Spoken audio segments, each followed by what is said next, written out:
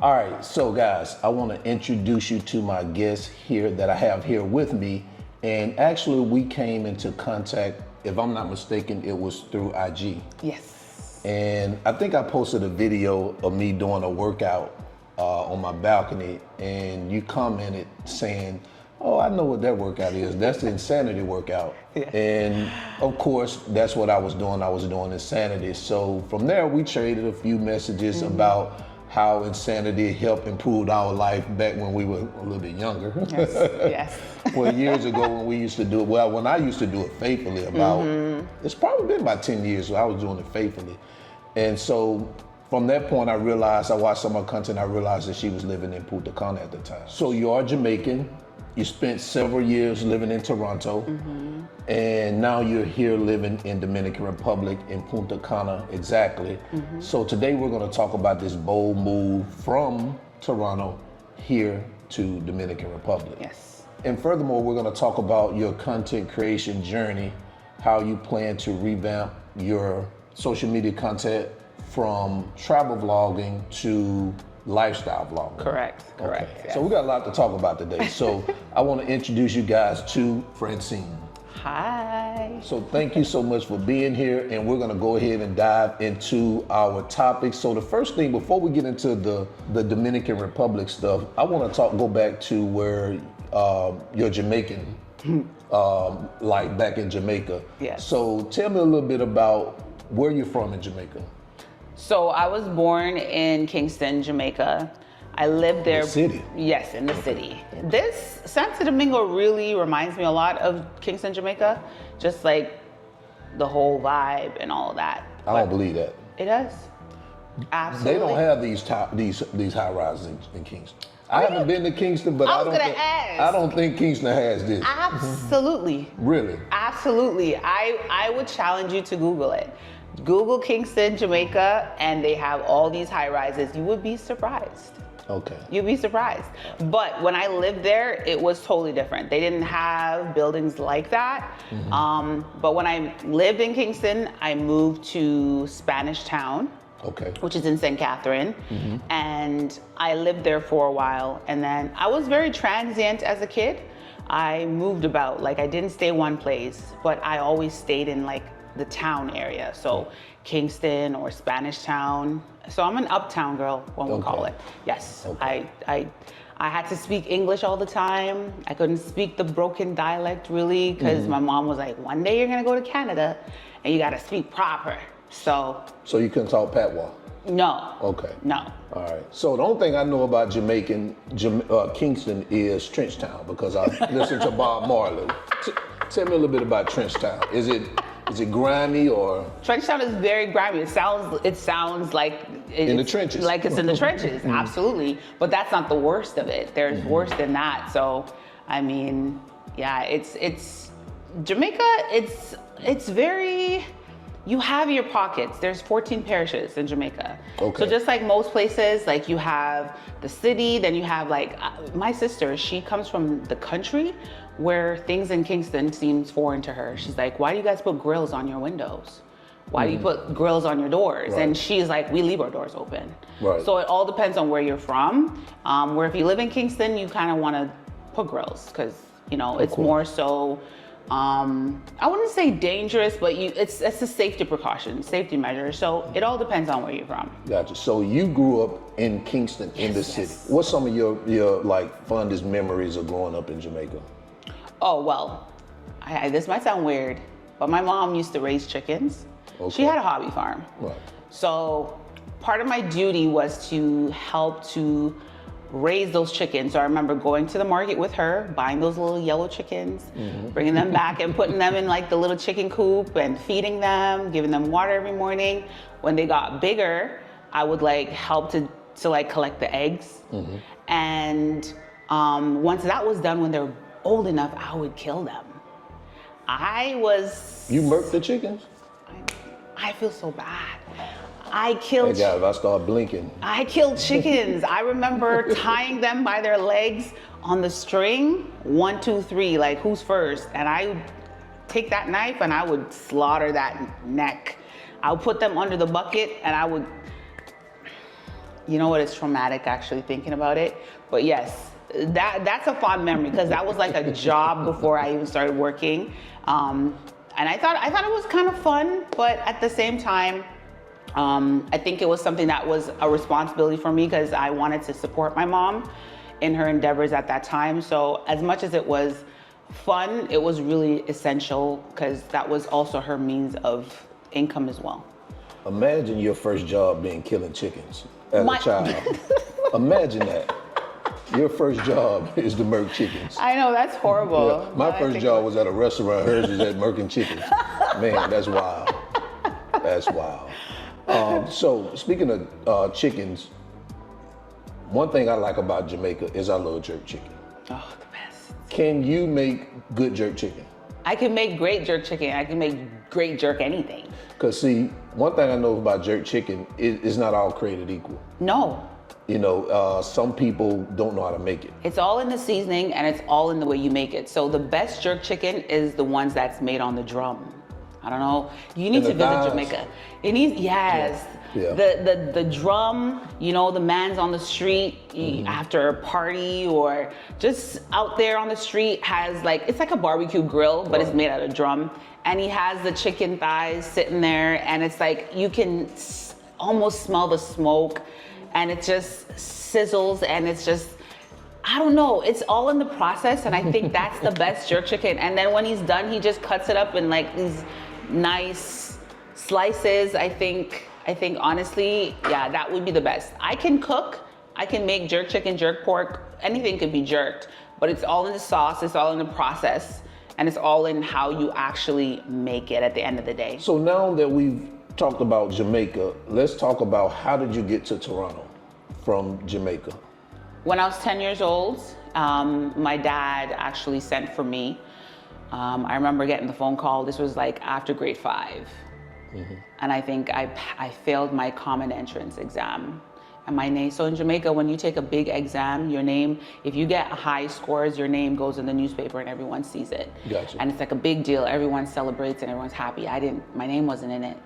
So I remember my dad calling me at my aunt's house. I was living with my aunt at the time, and he was like, oh, I bought a ticket for you. You're gonna be coming to Canada soon. It was in 2 weeks, and I was so elated because I was like, I don't have to go back to school and face this shame of not passing. I gotta, you know, I'm gonna get out of here. So I remember 2 weeks came and it was time and my dad sent the ticket and I remember going to the airport with my sister.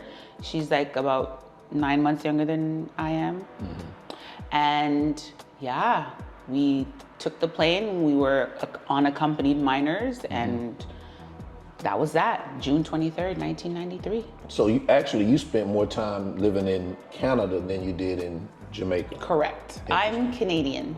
You're Canadian by way of Jamaica. Yeah. Yeah. Okay. That makes sense. Yeah. You know, I've been to Toronto, I want to say a couple of times, but I think it was maybe once or twice. And I was surprised about how much Caribbean culture is in Toronto. Yes. Yes. It was almost like, I mean, I don't even know if I even ran into any actual Canadians there. Everybody there was like, maybe because it was that weekend. Yes. And all the people from the Caribbean was out. Yes. But it was like that whole time, it's like I only seen a whole bunch of people from the Caribbean. You'd be surprised. There are probably, when did you go?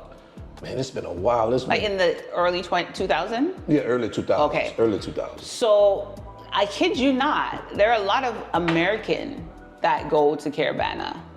Even though you see a lot of like Caribbean Black people around that time, a lot of those people fly down from America all the time to come down. I mean, back then, us young girls, we used to, because we love those American men, I tell you. And we just used to, we couldn't wait for Caribana to like come because Friday nights we're downtown, Saturday, it's very diverse. Like everybody just loves Caribana because it's time for community and like all the Caribbean islands just come together and just have a great time. But yes, Toronto is very diverse, like overall. And I kind of feel that way here. And I'll tell you why. I've only been here 24 hours, not even fully 24 hours. But what I've seen so far, we went to a restaurant this morning, and I went to this little cafe, and there were so many people in this little cafe, and we all looked different. And we don't get the weird stares. Like, we wore or A6s, okay? We avoid wearing A6s in Punta Cana because people give us stares. What is A6s? Or sneakers. Oh, sneakers. Oh. So they're a little bit on the pricier. Why you call them A6s? That's the name. That's a brand. Oh, okay. ASICS. Oh, okay. Yes. So, okay, I say this because in Punta Cana, it's almost like they're unfamiliar with a lot of things. So we get the weird stares. Oh my God, but we see people here and they look like us. They dress very prim and proper, and they don't get, yes, you did. They don't give us the weird stares. So we're like, oh yeah, we feel like we could just be ourselves here. But in Punta Cana, it's just very different. So we see that diversity. We see the familiarity with faces, and we just don't feel like we're out of place. Like, no one calling me Morena, Negra. You know, I feel different here, so it's just refreshing. Yeah, Refreshing. that's what I like about living in Santo Domingo, and of course we're gonna get to that piece of it. But we're not about to just gloss over the fact that you say you like American men. So we're not gonna gloss over the fact, because they'll be upset at me if I just gloss over that. So what is it about American men that you like? First of all, when I was younger, it used to just be the accent, okay? I always tell Jay about his accent. There's something about a Southern accent. Like, I know Southern men are actually raised, you guys are raised differently. You guys are raised with manners, and you have morals. You're probably growing up in the church, all of that stuff. And even if you aren't, you just have these mannerisms that are very well-to-do, and it's very admirable. American men, I found that were just very intentional. You see something, you want it, you're gonna go for it. You don't have time to play around. I don't know about them now. I was just gonna say, yeah. I don't know about them now, because the pool is a cesspool. Let's just be honest. Yeah, they done pissed in the pool. They pissed in the pool. They did all the things they shouldn't do in the pool, and it's just a mess. Right. But what I know from before, when I was much younger, that is kind of like the vibe. I felt like American men just were a little bit more serious. They intentional. They were cuter. That's true. Their accent, a New Yorker. I love the New York accent. I tell you. So that's really what it was. And I find a lot of women will say the same thing. Even a lot of Canadian women you'll hear agree with me. They'll go to America and look for date men in America because they just seem more serious about life and serious about your heart. Toronto, okay, I'm not even gonna go there. But I'm just saying, that's kind of what I admire about American men at the time. At the time. So old school American men. Old school. Old school. I feel like a lot of them now are either married, maybe passed on, maybe incarcerated. I don't know, because I'm like, where are you? Where are you? I don't know. They're not around. So what was there any type of, and it probably wasn't as big because you were 10 years old when you moved to Canada from Jamaica. Was there any type of culture shock that you saw when you got there? Yeah, winter. Yeah, I forgot about that. Winter. I was like, I need to get snow pads. Because no one prepped me for life in Canada. It's not like I had the internet to Google and see that, hey, you're going to a place where it gets to -40 sometimes. And it snows. That was really a culture shock for me. And I've never grown to like winter. I hate winter. I hate it. One of the reasons why I left. It gets cold, and I've never acclimated to that in my 30 plus years living in that country. Gotcha. No. Did you ever think about moving to the US, or did you want to move to the US? Absolutely. When I was around 16, 17, like I said, I had a thing for American men, but I also had a dream to be an actress or a model. It's something that I really pursued. And I was going to, after I graduated, I was going to move to New York or LA. But then I got pregnant. So That reality, usually it didn't happen that way. But I always wanted to move to New York. I was big into fashion. I just loved the whole idea of like working at a fashion house or a magazine company. Yeah, I've always seen my future or my life outside of Canada, ironically enough. Gotcha. Yeah. Do you miss it? Miss what? Toronto. I miss my family. Okay. There are certain aspects of Toronto that I miss. I miss Amazon Prime. I miss maybe easy access to certain things. But to say I miss the country, like there isn't much to miss. Gotcha. My family, my friends, absolutely. My sister was just here recently and I was so happy because I haven't seen actual family in so long. But I don't necessarily miss anything. It was just boring. Like there isn't much to do except go to the restaurant. Like, well, you can't say it's boring in Toronto. Toronto is a big city. I'll tell you this right now. Toronto is a big city, but I'm telling you, most of the people, they go to restaurants for fun. And I'm not even, if you are from Toronto and you watch this, in the comments, tell me I'm wrong. But they do that here too. That's how they enjoy themselves here. Most people go to restaurants. That's it. Right. That's it. So that's the same thing back home. And for me, I live outside. I used to live outside of Toronto. So I lived in like the suburbs. And driving to Toronto was hell. It was chaotic. I would assume it's just, like I said, Santo Domingo reminds me of that. So when people say, oh my God, the traffic, whatever, I'm like, I sit in traffic for like an hour, 2 hours sometimes.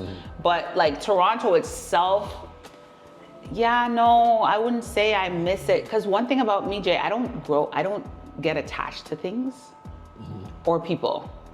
So, That's not good. And I mean, it's good or bad. How you gonna get you an American man if you don't It's get good or attached bad. to him? I mean, okay, so so it's good and bad in the sense Man, that she done shot herself in the foot.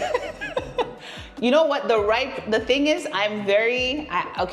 now I'm very careful and I try to be more discerning when it comes to people coming into my life, because there are people out there who have bad intentions, let's be honest, right? So I was in a relationship for over 15 years with a person. So I do get attached to people, but if it's the wrong person, Of course. then that's the problem. So I would love to get attached to the right person. Gotcha. Let me just say that. So I don't get attached You to like the way she cleaned that up.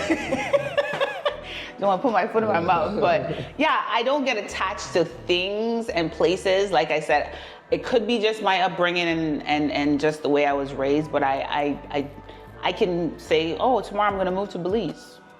And it'll just be whatever, right? I won't cry. I can sell my house and not cry about it. People are like, you don't miss it? This is a house. Like, that's just me. Gotcha. Yeah. All right, so we've covered Jamaica, we've covered Canada, Toronto specifically. So what inspired you to make the move here to Dominican Republic? COVID. Okay. COVID. Also, there's a part of my heart that just really want to change.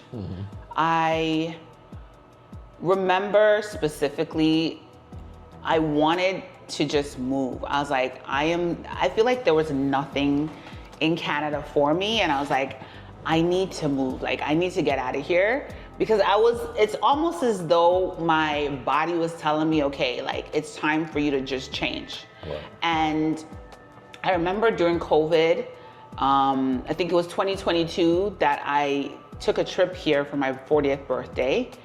And 2005, when I first came to Punta Cana, I relived that feeling again. And I was like, oh my God, I just love it here. I love the people, I love the weather, I love the vibe. And I can't really put into words how it makes me feel or why and a lot of people I explain it to that live here, they're like, I understand. Right, because it's just a feeling that I can't explain it. It's just a feeling you get.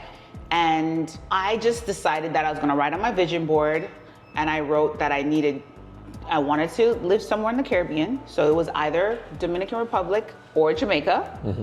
And I decided to make it the move here. I feel like Dominican Republic is a little bit safer, especially like I haven't lived in Jamaica since I was 10, so I don't really know Jamaica, to be honest, right? So when I wrote it on my vision board, I said, I'm going to move. I remember telling my family about it. I said, I might just move to Punta Cana. People are like, why Punta Cana? I'm like, my heart just loves it there, right? So that's really what it was. And then I started binge watching, like during COVID, I was binge watching videos. I was watching Jay's video. I was watching, is your wife's name Nabaris? Nabaris? I was watching her videos every week. I was watching other videos of people that lived in DR and just really loved it. And I'm like, okay, I can slowly make the transition here. And November 2024, I decided to make the move. And how many times did you visit DR before you decided you wanted to make the move? I would say maybe 5 or 6 times. Oh, so so it was last April that I decided to come here after I had quit my job. I came here for a month because I was like, let me see if I feel the same way, not being on a resort. Because, you know, vacation feeling. Of course, it's different. Different, right? So I came here for a month. I lived in an Airbnb by myself, and I immersed myself into the culture, and I felt even more drawn to this place. And I was like, it feels right. I'm gonna make the move. Gotcha. Yes. And how did you prepare yourself to actually transition from Canada to here? So in, I believe it was July of 2023, I had sold my house. And from then, the idea was to sell my property and then possibly like invest in the Caribbean. So whether it's Jamaica or here. So I had money, for one, because you need money when you're gonna go somewhere. So I had that, and I had downsized, and I lived in a condo apartment with my mom and my daughter. And while I was doing that, I was working and I was saving and I was kind of just planning. So looking for a place I could possibly live, and really just preparing, like on the back end, preparing where I would live, like how to get there, and just taking care of stuff back home first, just to make sure that, you know, my daughter and my mom wouldn't be in a situation where I'm up and gone and then I leave them out to dry, right? So it's not just myself that I have to think about. I have 2 other human beings that I have to take care of, right? So I had to make sure I prepared that and just look into how will I make money and how would I take care of myself, and just, you know, just logistics, things that adults have to take care of. Gotcha. Yeah. And how did you go about finding the place that you're currently living in? That was pretty tedious, you know, Jay, to be honest, because I went on Airbnb, which I wouldn't suggest doing, because Airbnb price is totally different. If you plan on staying here longer, it's far more expensive. I went on Facebook Marketplace, I looked for places, and then I knew people that lived here. I actually have a friend who lived in Punta Cana for like 4 years, reached out to her and she connected me with realtors. And coming like in November is probably not the best time because it's high season. So getting a place is gonna be far more expensive than if I was supposed to say come now, which is like the slower season. So it was getting close to November and I was like, I still don't have a place. So then I just went on Facebook Marketplace or Facebook group and I saw someone and I reached out to her and she was like, you know what? Can I be your dedicated realtor? And she took it upon herself to help me find a place. And yeah, she actually did a video of the property for me because I couldn't be here. So she showed me the property and it was a brand new property and I liked what I saw. And then I just sent over my credentials, like my proof of income and my passport and so on and so forth, and contracts and all of that, which I didn't sign until I got here actually. But just to secure the place, I had to give them like 2 deposits. You know, one thing I don't like about here is that they take 2 deposits and a month up front. Why? And then they don't put it towards like your first and last. Like it's really just 2 deposits in the event that. And it's like, I do hear a lot of people say that they just, when it's their last month, they just let them put it towards the last month. Right. I mean, you get it back. So. You get it back, exactly. Right, Exactly. Back. So what's your impression of DR or Punta Cana now versus when you first, has anything changed? I would say it's very expensive. Punta Cana is more expensive than I thought it would be. And even talking to other people, they've said that maybe 2020 was way different from now. Oh, yeah. It's 5 years, right? Yeah, House over. prices, over 5 years. So house prices are far more expensive. So when I thought about coming here, things were cheaper. And when I decided to make the move, it's like, oh my God, like, why am I paying so much for groceries? Electricity is ridiculously expensive. I pay more for electricity here than I did back home. I do too. And But electricity in Punta Cana is way more expensive than in Santo Domingo. is it because you guys, it's more cooler here and you guys don't have to use AC? It's because it's monopolized in Punta Cana. Punta Cana is, what's that? CP? What's that? CEPM. Yeah. Yes. That's just, that utility company has Or a monopoly in Punta Cana. So you guys have more options here. No, we just have it's EDD Sur, EDD Este. They just got, there's just one utility company. Okay, Right. okay. Right. I think it's CPEM. Don't quote me, but it's the one company there, and it's really expensive. It's really expensive. So that's kind of the thing that I thought. Like, cost of living is cheaper because I was paying $3,200 per month for an 800 square foot of condo. I'm paying $1,500 USD now for maybe like 950, 1,000 square feet. So in the grand scheme of things, it's cheaper in some sense. Yeah, I think that's what people, when you hear people initially say, "Oh man, it's expensive to live here," it really isn't as expensive as to live here as it is in your own home country. Exactly. I think the mentality that people have is that I'm expecting to pay $300 a month, $500 a month. True. No, it's not that type of ball game. Because when I was in Fort Lauderdale, I was paying $2,400 for a 2-bedroom, and here I paid $1,300. But when I moved, I was paying $1,200, so I was saving $1,000. Absolutely. Right there. So to say that it's not cheap, I wouldn't say that. It's not cheap. No, it is cheaper. You may not call it cheap. Maybe you say it's a savings.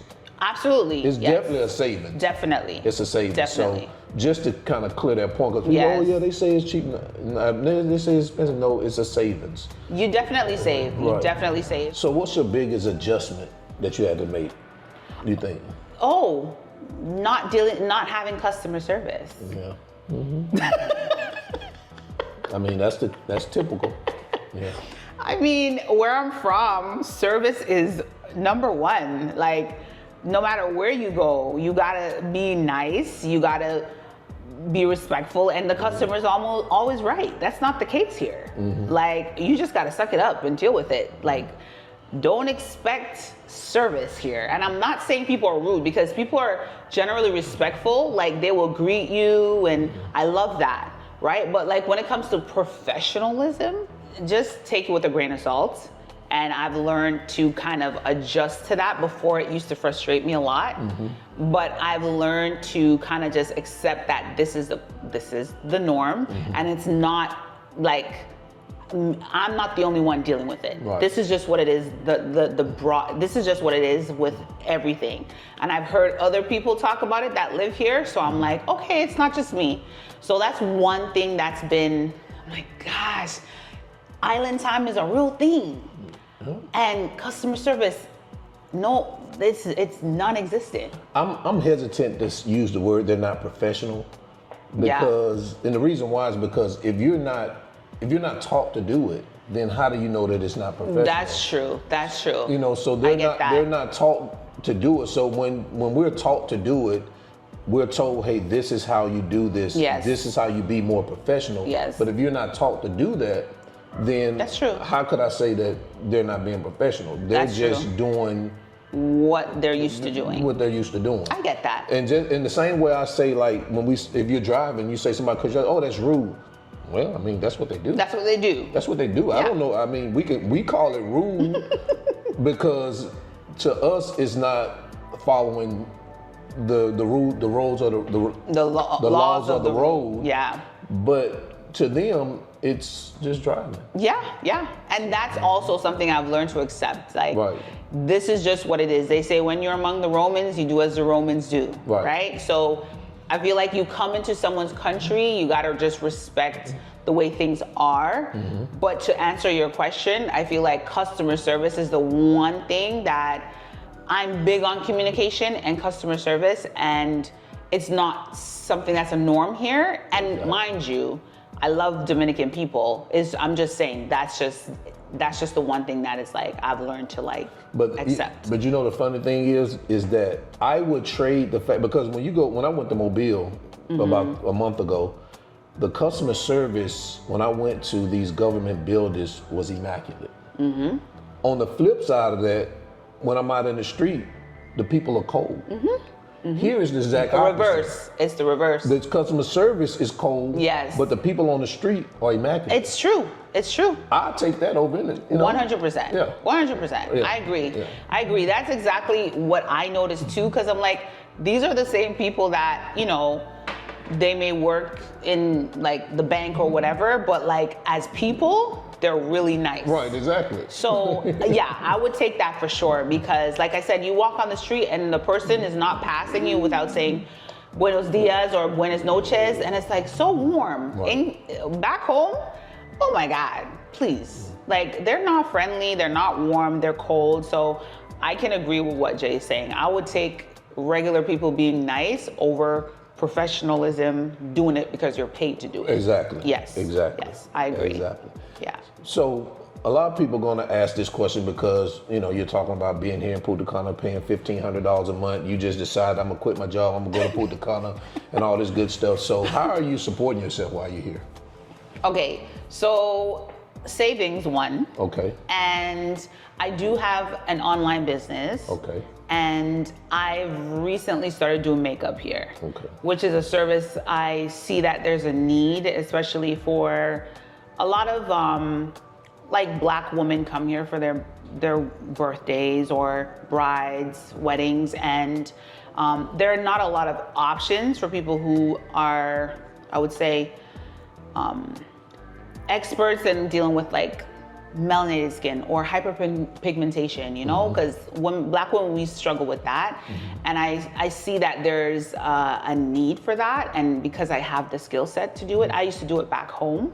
And I kind of just was like, yeah, I don't want to do this anymore. And then I decided that, you know what, this is a service I could provide and there's a need for it and people are receptive to it. So that also is a means of income for me. And how long you been doing that here? I would say maybe 2 months. 2 months? Okay. 2 months, yeah. Okay. 2 months. All right. So if someone is coming who wants to get married here or have a birthday, you'll do the makeup for them? Correct. Okay. Yeah. So people generally book through my booking site. So I have Instagram and TikTok, where a lot of people find me from my videos, and then they would reach out to me that way. Okay. So what does your daily life in Punta Cana look like? Because when I look at your Instagram, sometimes you be laying on the beach and stuff, fronting like you enjoying Your life. unemployed bestie. When I know you bored over there in Punta Cana with all those old married people. Not you though, Jamie. Not you, Jamie Gruber. You're not old. Oh my God, I love Jamie too. Okay, so my typical day is really boring, okay? If I don't have, I'll tell you this right now. Jay said something to me that I can't get out of my head, and I mentioned to my daughter, and she's like, yeah, he's absolutely right. Can I repeat what you said? Yeah. So Jay said that Punta Cana is just for retired folks, and he said something else, I can't remember. But then I went to the beach and I looked around, and I was like, God damn, he's not lying. I see the same people every time. The same older, retired folks that are just here, just trying to get a tan and just living their best old life. And I'm like, this isn't me. And even though I love the beach, yeah, you're right. You're absolutely right. That's what it is. But my day is really boring. If I don't have a makeup client, I'm working online, so I get up, I either go to the gym in the morning or work out, and then I check my emails, and then I log in and I get some work done. I can control my time, so I'm not doing a 9 to 5. So I kind of just work when I have clients or work when I have something to do, and then I log off maybe like at 4, because no 2 days are the same. And then I cook dinner and just chill. Like, my days are really boring. People see me at the beach, and even my dad, he thinks I'm at the beach all the time. He calls me and he's like, I can't get you, you're at the beach. And I'm like, Dad, I don't go to the beach every day. But that's not the life, and I don't want to be at the beach every day. I don't want to get burnt. Ain't nothing else to do in Punta Cana. There isn't. There really isn't. He's not lying. But I'm really a homebody. I'm a homebody. I'll go out to the restaurant or do something, but like, you're finding yourself repeating the same thing. Right. Because there isn't much to do unless you go to a skate park or go to Saona Island or. And how many times you can do that? I've been to Saona 7 times, but. 7? Jesus. I love it. I love the I can't even repeat the same restaurant here in a whole year if I went every day. I couldn't repeat the same restaurant if I went here every day, maybe for 2 years. I wouldn't repeat the same restaurant. Why not? Because it's just that many. I couldn't repeat the same bar, Kamado, or nothing in a whole year here in Santo Domingo if I went every single day. Wow, so that's how Toronto is. This is why people just go to restaurants for fun, because there's so many always popping up. Yep. And in Punta Cana, like, there aren't a lot of options. You know, there's the Noahs, there's the Cabanas, and the jellyfish that people talk about the same ones all the time. Right, Bruja. La Bruja, you know, Captain Cook. Right. There aren't much options, so. Citrus. You know, all that. Yeah. Man. He's such a hater. Yeah. He's a Punta Cana hater, okay? Facts. It's a slower pace for the people who can't really deal with the hustle and bustle. Yeah, and I'm gonna tell you, I like to go to Punta Cana to do exactly what people travel to Punta Cana to do. Is go to a resort. Yes. And just relax and be by the beach. Yes. But I wouldn't go to Punta Cana to like, hey, I'm gonna go to Punta Cana, hang out at the bar or the club. Correct. Yeah.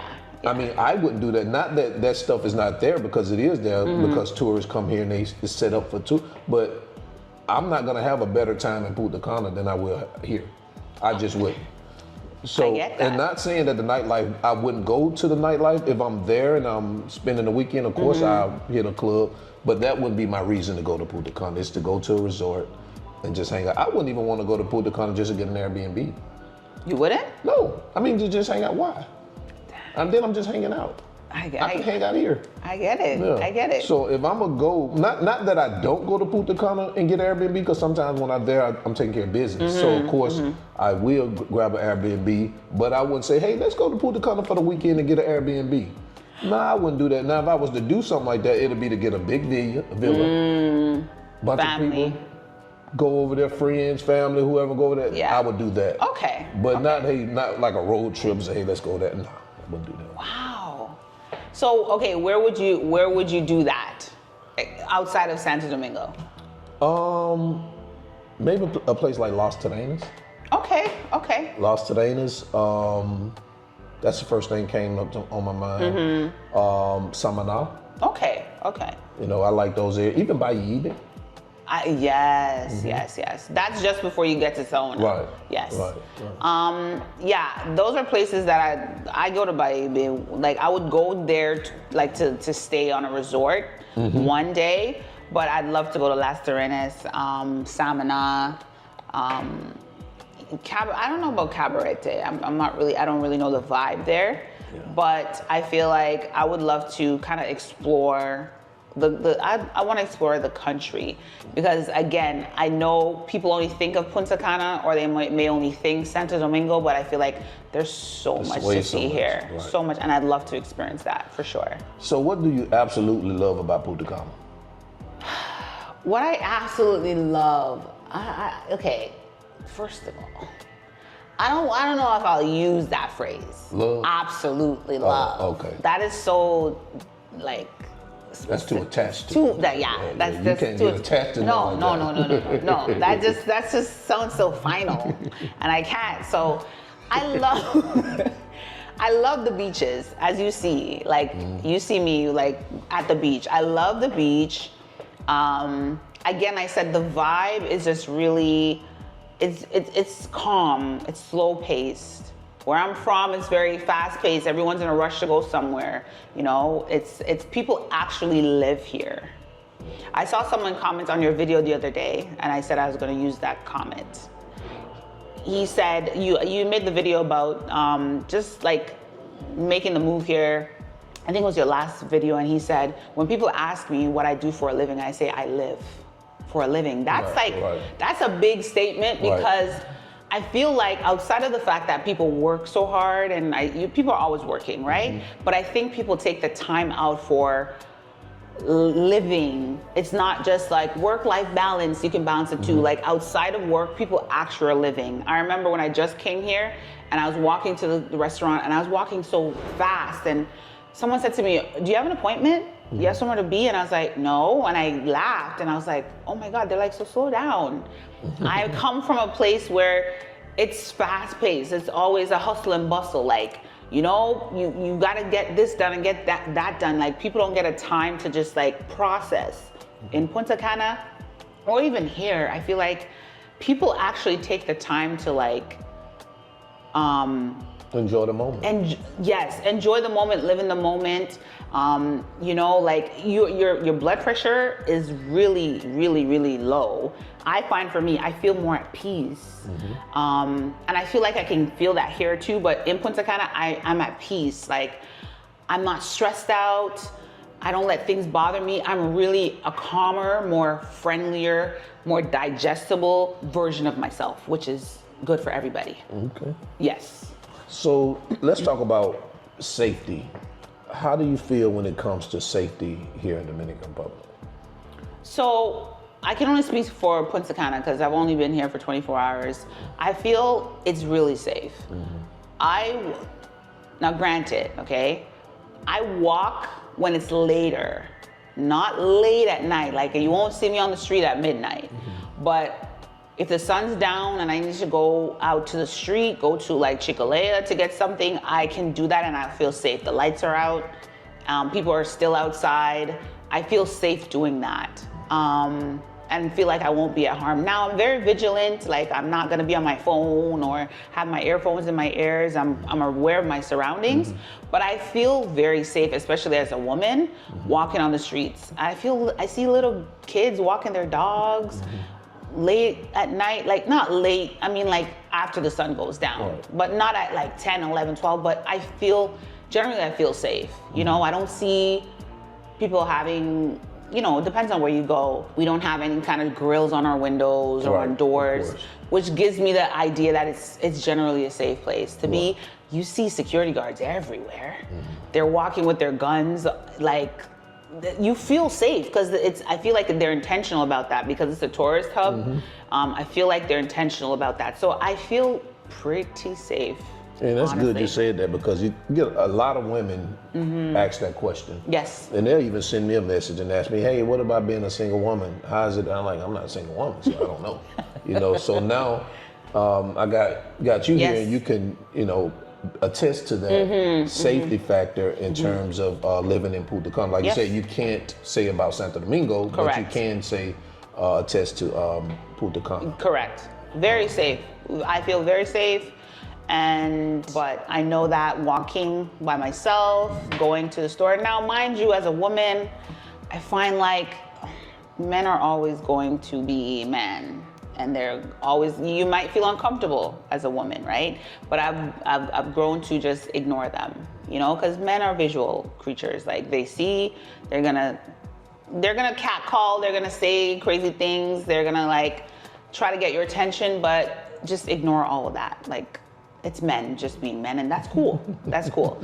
But I don't feel like my safety's at risk. Right. If you reject them, they're not gonna, hey, you. Right. Right. If you reject them, you don't give them your WhatsApp number, they're not gonna be like, What do you mean? Like they're not gonna feel away, right? Or feel like you're emasculating them. Right. Like you offended them. Yeah. Right. Because we know how some men can get, but no, I don't feel like that. They're generally respectful and nice and complimenting me all the time, and that's cool. Yeah, y'all let men be men. I mean, yeah, let men be men. Ain't nothing wrong with that. Yeah. Hey, mama, see. Yeah. Me gusta. ¿Cómo te llamo? Ven aquí con papi. Yes, all of that, what Jay just said. Yeah. You'll be all right. You'll be all right. You'll take care of them. So, now that we talked about that piece of, it probably leads me to my next, talking about men. So are you single? Yes, happily. Happily single. What does that mean? When women say that, what in the hell does that mean?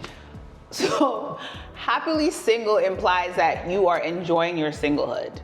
But why do women have to say that though? Why they just can't say like, yes, I'm single? Why they have to put emphasis on it as if it's almost like a deterrent? Like, yeah. So that's what you're trying. It's intentional. So you're trying to deter people? Okay. You remember we go back to what I said earlier. So if I was to approach you on the street and I say, hey, Francine, hey, I like you. Are you single? You gonna say yes, happily single? Yeah. I'm gonna turn my back and I'm gonna walk away. I probably would. I probably would say happily. You wanna know why we say happily? It's because a lot of people they try to make being single seem like it's such a bad thing. A lot of women glorify like being in a relationship. You'll find videos like they're always like taking pictures of them and their man holding their hands. Like they have to show, it's like they're trying to look for some kind of validation because they have a boyfriend. I don't see men doing that. I see women, once they have a boyfriend or they have a boo, they're my man, my man, my man, my man. You don't see men saying my girl, my girl, my girl. Because that's not the way men operate. Correct. So we need to distinguish. We need to let people know that yes, I'm single, but I'm not desperate either. I'm not in a position where I'm like, oh my God, I want a man so bad. But why would you think a man that approaches you assuming that you're desperate when he's just asking a question? It's not really an assumption. I feel like I just want him to know that it's a deterrent, like you said. If you're coming at me, just make sure you're coming correct. But that could turn off the right man. If a man is actually confident in himself and he is serious, it's not gonna turn him off. He's gonna be like, okay, so she's happily single, but maybe I could change her mind. How do you know that if you're not a man? I'm telling you, being a man, and I'm confident that if a woman told me that, it would turn me off. But that's you. Are you speaking for the general public? I'm speaking from a man. You're speaking from a woman saying that how you're thinking that a man would think. I'm telling you how men think. So you're speaking for the general public. I'm speaking for men. Men. General men. Men who are confident, who has their stuff together. If that was the way a woman would reply to me, then that would make me think that her attitude would be a little bit more flamboyant too. So to me, it's almost like I'm looking like, you know what? So you're saying, okay, he's teaching me here. So you're saying something like, I'm happily single, meaning like, okay, well, she's not interested in a man at all.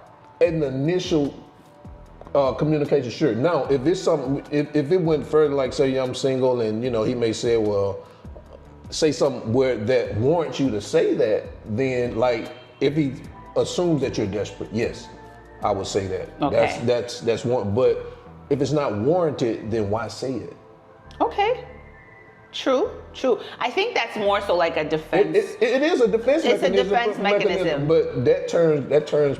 It can turn the right man off. I never thought about it that way. But you're teaching me. It's a teaching moment.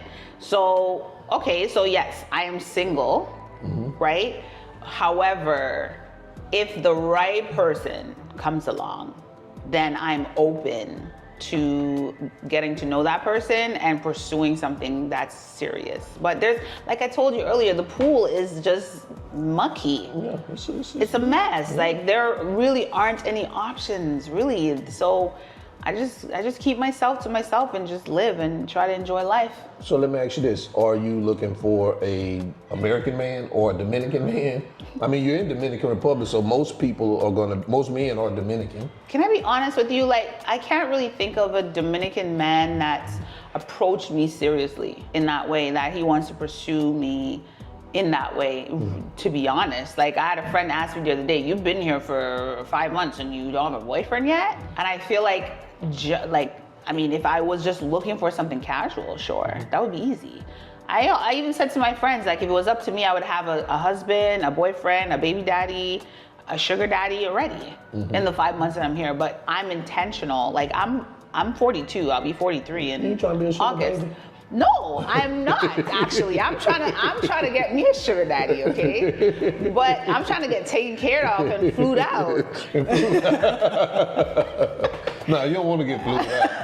Not to Dubai. Yeah. But you know, like, I would love to be in a relationship where it's a man. Like, you know how men take care of their responsibilities. He's not looking for something from me, but how we can build together. And he is open to, like, maybe serving me as like a partner. But I can't say that I've met any. All the guys that try to talk to me are like in their 20s. Well, I ain't gonna hold you. Like, I'm like, what am I gonna do with that? My daughter's 23. okay, so So you made a statement was coming just then. You say he's not looking for what was your word? You said he's not looking for Who? The man. Like something casual? No, you said he's not looking for nothing from me. Right. What? He's looking to, like, serve me in the sense that he wants to build a relationship with me and he wants to take care of me. Fellas, y'all see something wrong with that? Me. Not once did she say what she's going to do for him. No, Jay, you missed it when I said we can build together. No, and then that's another, you said partnership. Men are not looking for partnerships. What are you looking for? Men want a wife. Okay. That's not a partner. What do you mean? No, we're not partners. Okay. Me and my wife are not partners. Okay, you need to explain this to me because I always thought that a marriage was a partnership. No, a marriage is a marriage. It's Okay, not a Jay, partnership. you gotta school me. We're not business partners. Now, me and my wife are business partners. Right. Business partners. So when it comes to down doing business, we do business together. But when it comes to a relationship and marriage, there's no partnership. Nowhere in the Bible, and you're a Christian. It doesn't talk about partnership. I haven't seen that word. Okay. The word partnership is not in there. However, there are parts of the Bible that alludes to two are joined together, you become one. One. That's not a partnership. Okay. Yeah. Okay. So when you get married to this person, right? You are one, but you are individual. Like, a lot of men talk about, what do you bring to the table? Mm-hmm. Right? A lot of men ask that question, why then? Why is that question even important if it's not a partnership? Why do you need to know what I'm bringing to the table if you're looking for a wife? Your first job was killing chicken, so we're not gonna talk about that. When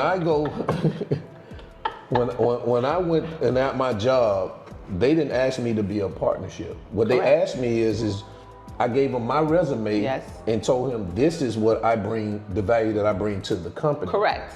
They said in exchange for the value you bring, this is what we're gonna do for you. So that's not a partnership. That's that's just some type of agreement.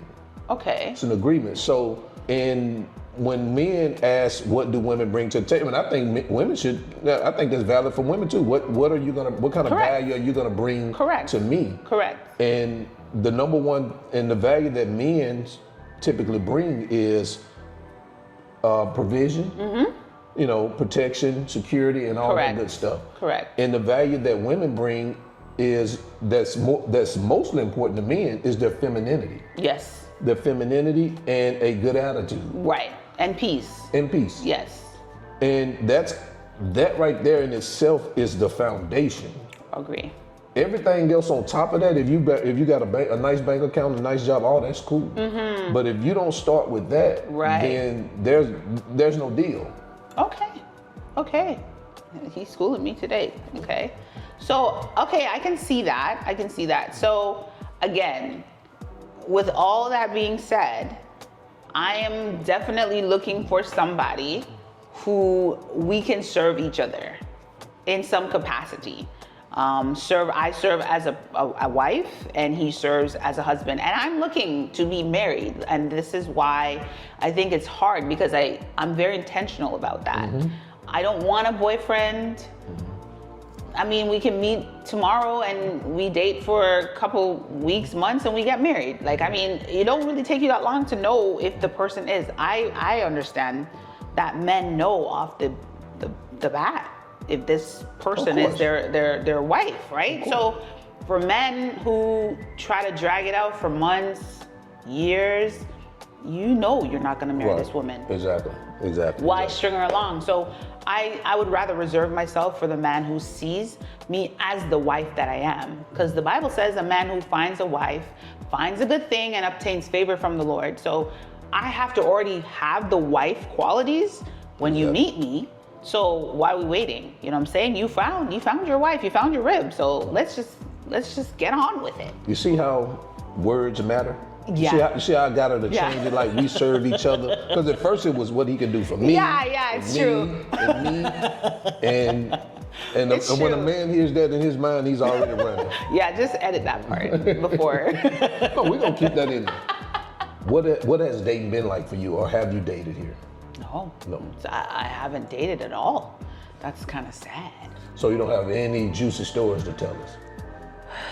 Not about my experience here. Like I've dated. I don't know about your experience. I'm talking about here. I want some juicy Dominican stories. I haven't had any dating stories here at all. Like there are people who like me and has made me aware of this, but I'm not entertaining that. Like I said, I'm gonna stand on business. I'm gonna put my 10 toes down and say, this is what I want. I'm not gonna sway from it, because it's easy for me to have a one night stand or just meet somebody and be casual. And I feel like that's what most of these guys want. And I've done that. Like, I don't want that. So do you have anything to maybe advice to give women? Because that's another thing women ask me about, dating in Dominican Republic, dating me, and it's like, I don't date Dominican men. Yeah. You know what I'm saying? So I can't give you any advice. You're all asking them the wrong thing. Yeah. Is it any advice you can give women who are looking to date here, or maybe like how Dominican men are?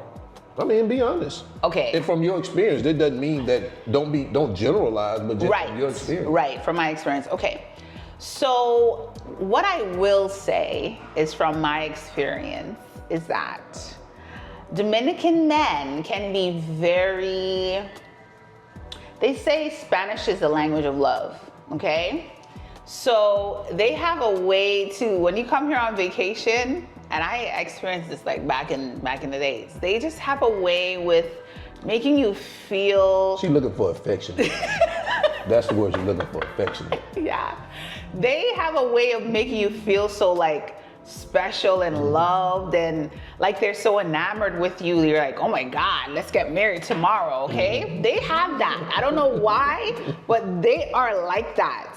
And I've fallen for that in the past. I'm gonna tell you that. I've fallen for that.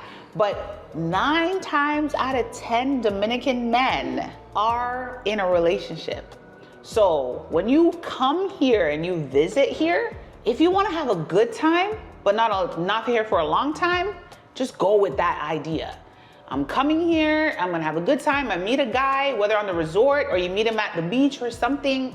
Don't think it's gonna be anything serious, sis. Because when he leaves to go home, there's a wife and probably kids waiting for him. You don't have to take my word for it. Ask anybody. I'm telling you right now, 9 times out of 10. So I would say, how do you find out if he's serious? I don't know. I really don't know. A lot of people, I spoke to someone the other day and she said you got to be open to maybe possibly sharing. Not a bad idea. This is what someone this is what a female said to me, and I was thinking, I was like, is it that bad? Mm-hmm.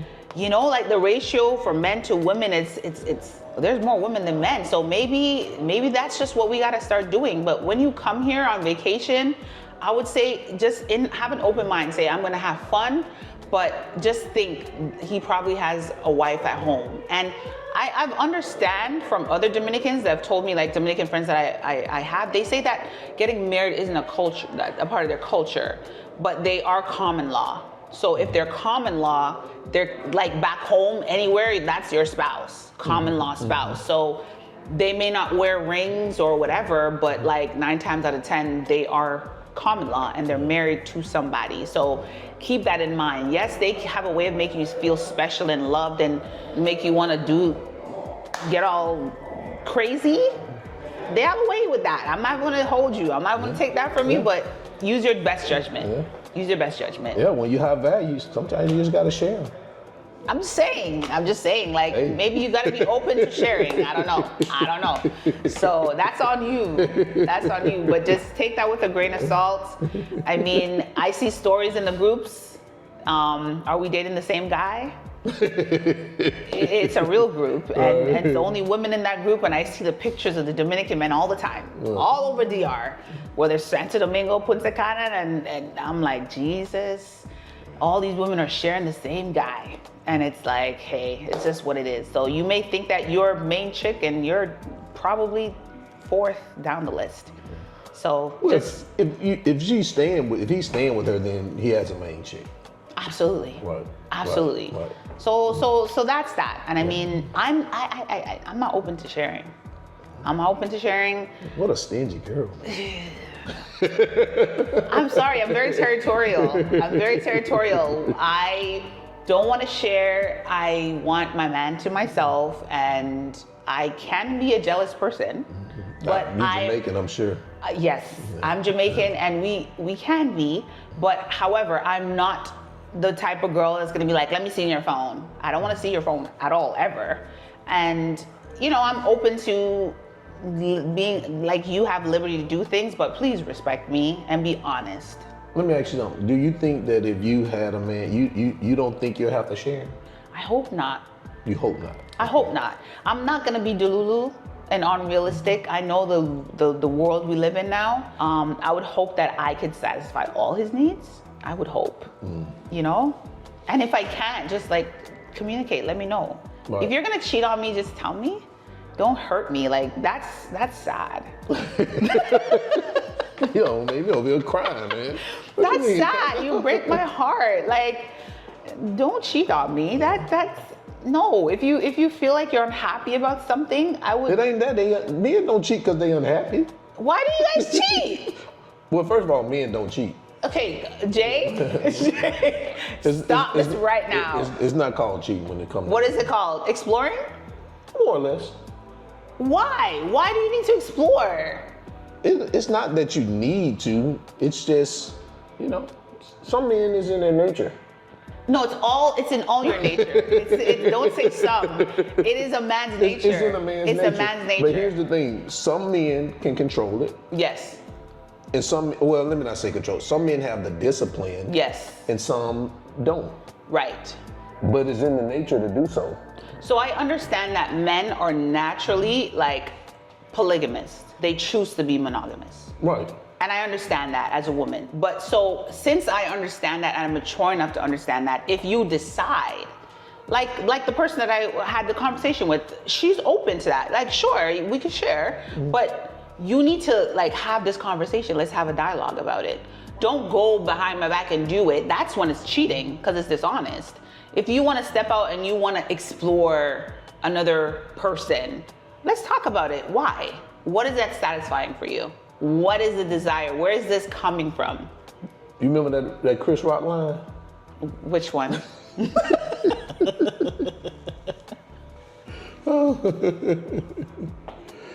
Which one? I'll put a clip in it. I might put the clip in it. No. Yeah. Nah, just share. Like, just tell me. Like, babe, like, I saw whoever you saw, and you, whatever. Like, I don't know, men, you guys are just, I have some words, but I don't want to say it. But I really feel like it's from the beginning of time. Right. It's from the beginning of time, and that's just a part of your nature. It's in there. It's innate for you guys to just be the way you are, and it's just what it is. And at my big grown age, I am not gonna stress myself about it. If I do get married, if I'm ever so blessed to walk down the aisle, I pray that the man that decides to make me his wife, and if you do, you've already won, okay? Because I'm a catch, okay? I hope that I would be the woman that satisfy all your needs within reason. Because I mean, you guys are insatiable. All your needs can be met by one person. However, exactly. I hope, you just said that. I hope that I can fulfill the 80% and you won't go searching for the 20. Right. If you're out there. Man, that was interesting. So let's talk about your content creation journey. So you were creating travel vlogs in the beginning, and now you're trying to, I guess you're looking to switch it up because you're no longer doing the type of traveling that you were doing. Correct. And now you're here in Punta Cana. What kind of content are you looking to kind of make now? So I have two channels. One is a travel channel, and I have a channel previously where I do a lot of like motivational content. And I haven't seen that channel. I know. Yeah. I know. I actually follow you on that one too. So this juncture of my life, I really want to share more, right? I feel like this whole journey, I've been very like quiet about it, haven't really shared much about it, and I want to be able to do more of that. Just share my entire journey, what made me decide to come here, how it's been living here, and also just, I've always been this person that just want to motivate and inspire people, and I want to kind of pivot and do more of that. So talk about my journey here and just inspire other women, whether you're in your 40s, late 30s, and even in your 50s, and you're thinking about making a change. I even watch videos of women who sell everything and they live on cruise full time, and there's an audience for everybody. And I just want to share more of that, like how you could be in your 40s and still live and still thrive and still be successful, and if you're scared and you want to actually like take the leap but you're fearful, like how to overcome that. Those are kind of the things I want to be able to share and like impart to people, with hopes that my community and that audience will find me. That's one thing when I looked at your content, is that I thought that I know that there's a space for a single woman, especially a woman of color, living in Dominican Republic, whether it's specifically Punta Cana. Yeah. That I don't, because if it was a woman doing that, then people would be asking me questions about how to date me in the Dominican Republic. That's true. They'll When you said it, I was like, yeah, I could definitely like fill that space. Right. For sure. There's a gap in there, and so when I started looking at your content, I'm like, it's a gap right here, and that you can feel it. Yes. But also you have to start cranking out content. Yes, and I absolutely am. So I know that I have been, so the thing is, and I think I've alluded to this and I've told Jay, like I struggle with inconsistency. I've struggled with it my entire life. Like I will start something and I'm like, yeah, this is my year. And then I'll get to March and it's like, girl, you haven't put out a video in like weeks, right?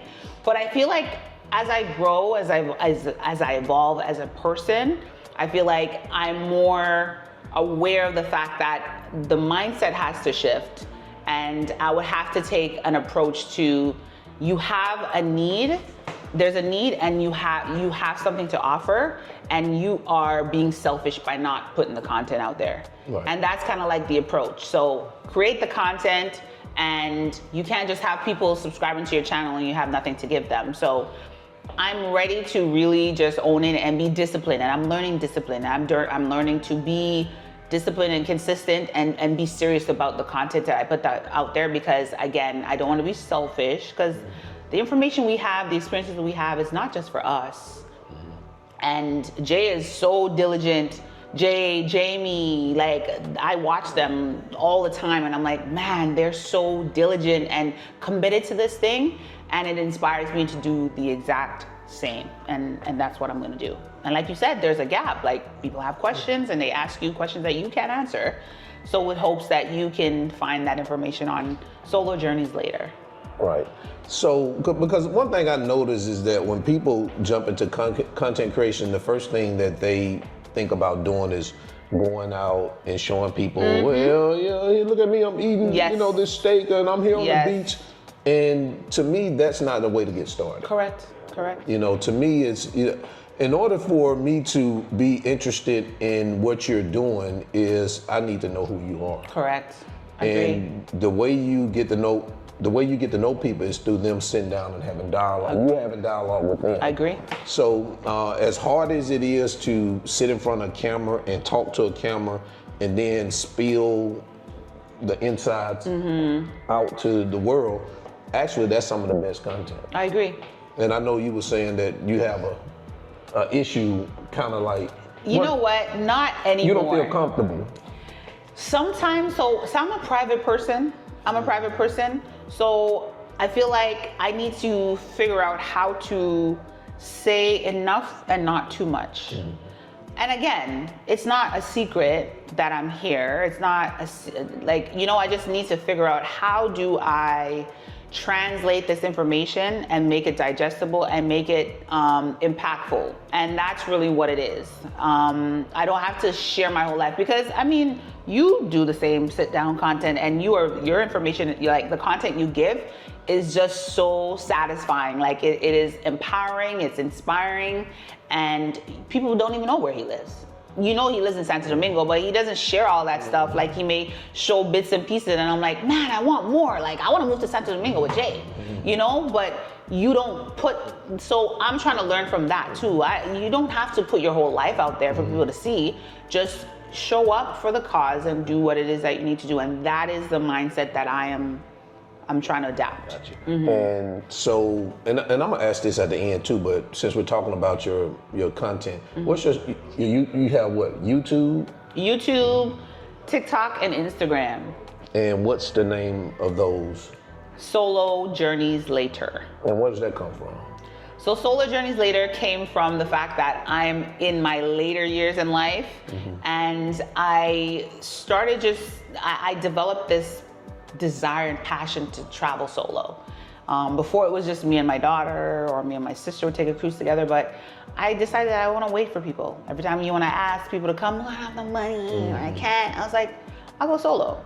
So I've enjoyed traveling like the world by myself, and I'll continue doing it by myself. So, and I'm in my later years, I'm in my 40s, right? And I'm just starting to really live in my 40s. So I really feel like, yeah, that name kind of really encapsulates like really and truly what it really is and was. So we're here doing this video in Santo Domingo. So what brought you to Santo Domingo?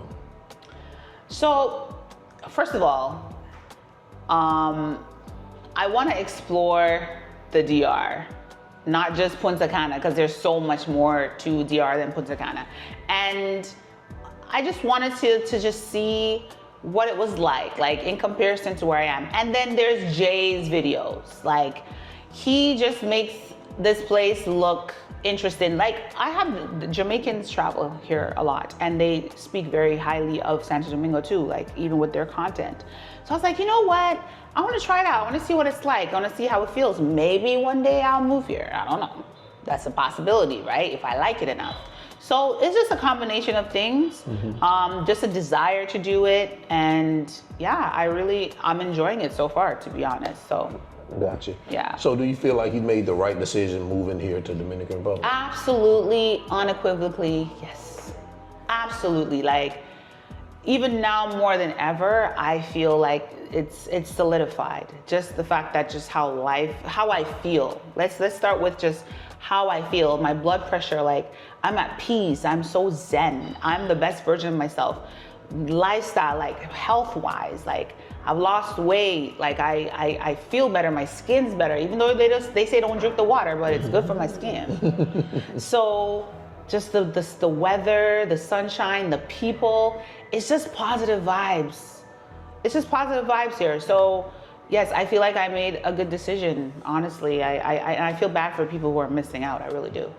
So what advice would you give women who want to move here, you know, even as a single woman or even with a family? What advice would you give them? What advice I would give somebody? Okay, so if you're in a position where you feel in your heart that you're ready to make a move and you may be afraid or just afraid of stepping in the unknown, I would say for one, if you have a desire to go, it doesn't have to be Dominican Republic. Maybe just take a solo trip there and just see how you feel just being there. And I would say if you're staying in a resort, step outside of the resort, stay in an Airbnb, like get the feel of how the country or the island really operates outside of the resorts. That's the only way you're going to really get a feel of like what is real, by immersing yourself in the culture, being around the people, right? If that satisfies you and if that makes you feel like this is something I could do, then do what you need to do to like settle your fears. You know, ask yourself, do you have enough money? Do you have a remote job? How are you gonna sustain yourself while you're there? You know, how are you gonna make money? How are you gonna pay for your bills? All that stuff you need to take into account. And then just do what you need to do to go there. But I would also say do your research about the country, like what is safety like? What is the norm, like what is acceptable, what isn't acceptable, what's the political climate like, your safety as a woman, like all those things. And me coming to DR, like I know more people die from casualties than actual by murder or crime. Right. Literally, Right. like it's a peaceful place. And I did my research, so do your research just to see that where you're going is safe. Like you are safer not being on the road in DR than you are just walking on the street. I tell people that's one of my biggest fears is a casualty on the road more so than anything. Honestly, I'm okay not driving. I'm okay taking an Uber or living in an area where I can walk to the grocery store or just taking a Poppy Express or something, because the people who drive here, like they're in their own zone and they have somewhere to be. But yeah, those are the steps you need to take, no matter where you want to go. But I know a lot of times you feel it in yourself that it's time to make a change. Just trust your gut and make the decision independently. Don't listen to people, because people will project their fears onto you. Yep. When I made the decision to come, people didn't know till the end. Some people found out the week I was leaving, because people will say, no, why, ask this and that, because they're afraid to do it. And now that I've made the move, people are like, man, you're so inspiring. Like, you're my hero, man. Like, how did you do that? So just focus on what is it that makes you happy and what you want to do, and trust your gut. Your gut will never steer you wrong when people will. Trust your gut, and it's okay. Like, change is uncomfortable, but there's so much liberty on the other side of fear. Yep. So much life to live. Like, you discover a totally different version of yourself. And I'm so proud of this move that I made. I'm proud of everybody who decided to say, you know what, I'm just gonna do something different. I'm gonna move somewhere different. It's unfamiliar, it's scary, but don't worry, it'll all work out. Yep. It'll all work out. So what's one thing you wish you knew before you moved here about Dominican Republic? One thing I wish I knew before coming here. You know what? I think I'm now acclimated to the fact that like Caribbean time is real. When I just came here, I used to be so annoyed. Like, I'm like, I need something in my apartment fixed. Like, why is it taking you guys 2 days? Because they'll say, I'll be back in 20 minutes. 20 minutes is 3 days. If they say they're coming back in 20 minutes, don't expect them the same day or even tomorrow. Just give them maybe 3 days. So it's something that I've acclimated to now. I feel like I'm becoming, I'm understanding just the way things are done here, and not to murmur about it, because the world's not gonna blow up, man. Right. The world's not gonna blow up. Like, you'll survive and it'll get done. And you just have to pack your patience and leave your ideologies and your way of thinking at the airport. Leave it at the airport. Don't even bring it in the car with you. Right. Everything you know about North American life or wherever you're from, don't come here with that attitude, man. It's not gonna fly. Like, you gotta just come with an open mind and being ready to learn. And the people here are just mad cool. It's a beautiful place. Whether it's Punta Cana, whether it's Santo Domingo, the lifestyle, I've heard people say, like, the lifestyle, man, it just makes you a happier person. It really, really does. You could be broke and just still happy. So what's next for you professionally and personally? So what's next for me professionally? So professionally, I would say there's a business that I have that I want to launch very, very soon. And this business is the combination of like what I used to do back home, which is like working in the credit like auto industry. So I used to do auto financing. Okay. So offering a service to people where I see there's a need where like credit is concerned, people who want to get auto financing but may struggle with like their credit, like what do I need? What's my credit score? Like, what is allowed? I have a bankruptcy. How do I get a car? I have a repo. Like, how long? How many years am I allowed to have a repo for? Stuff like that. Gotcha. To help navigate people to be able to fulfill their dream of like owning a vehicle. Because people need to go to work and need to get to work somehow. So that would be something professionally. I'm also hoping that my makeup business will continue to thrive, and I will just be booked and busy, and just have brides just calling me, build a team and hopefully be able to, grow in that regard. Personally, I would say, I think I'm ready to, have a partner. When I say partner, I don't use the word boyfriend. You understand me? I'm very strategic. If you're gonna be intentional, be intentional. I'm ready to be married, okay? And also, if you're open to having more children, I will think about it. However, it's not something, I'm not saying no, I wouldn't have more kids, because I only have one child. She's an adult. She wants me to have more kids, but I'm not saying I'm open to it, and I'm not. It's kind of like a conversation. Let's have a conversation about it. But yes, I'm ready to find a husband, or for a husband to find me, because I'm being pursued. I'm not pursuing.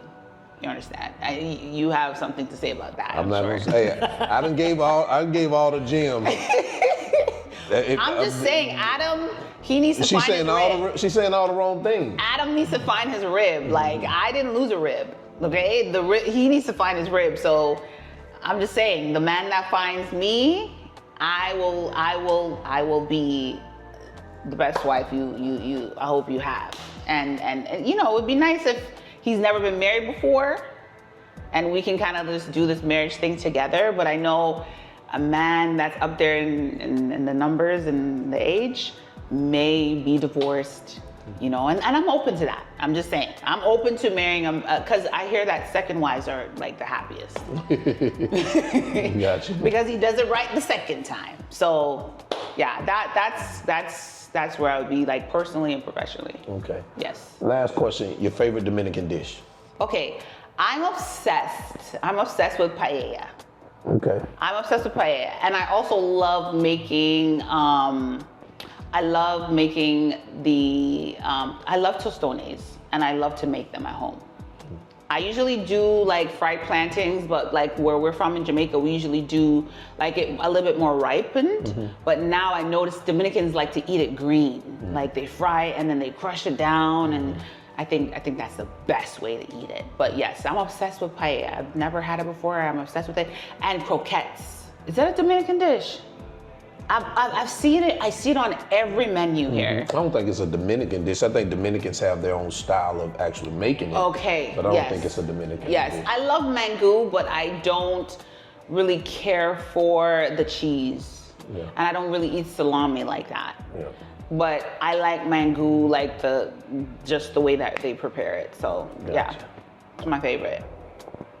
All right, well, man, that was incredible. A little inspiring. Yes. A little disappointing. But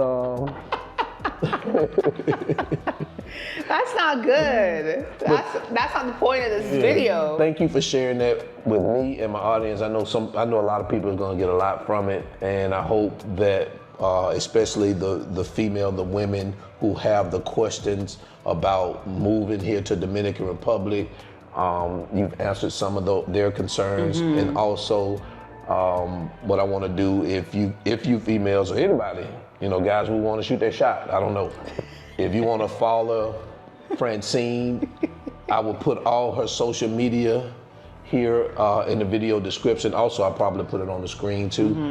It's Solo Journeys Later. And now that I'm hearing about it, she has so many different profiles, and you got 3 YouTube channels, 3 TikTok. She's all over the place. So I think I have 2 of each. 2 of each? Yeah. Yeah. I think I have 4 TikToks, to be honest, but like, they are for different things. That's what it is. Gotcha. Yeah. So she all over the place. That's why she can't stay focused and do what she's supposed to do, because she got 4 different things going on. So guys, that's all we have for today. So if you like this, definitely like, comment, subscribe, and remember, always keep your goals at the forefront of your mind. Always live in the present, because that's the only way you're gonna live your best life. And we out. Peace. Thank you for having me. Bye. Je begon aan mijn best life, yeah. Je begon aan mijn best life, yeah. Something you and me, oh. Je begon aan mijn best life, yeah. Jumping, flexing, no.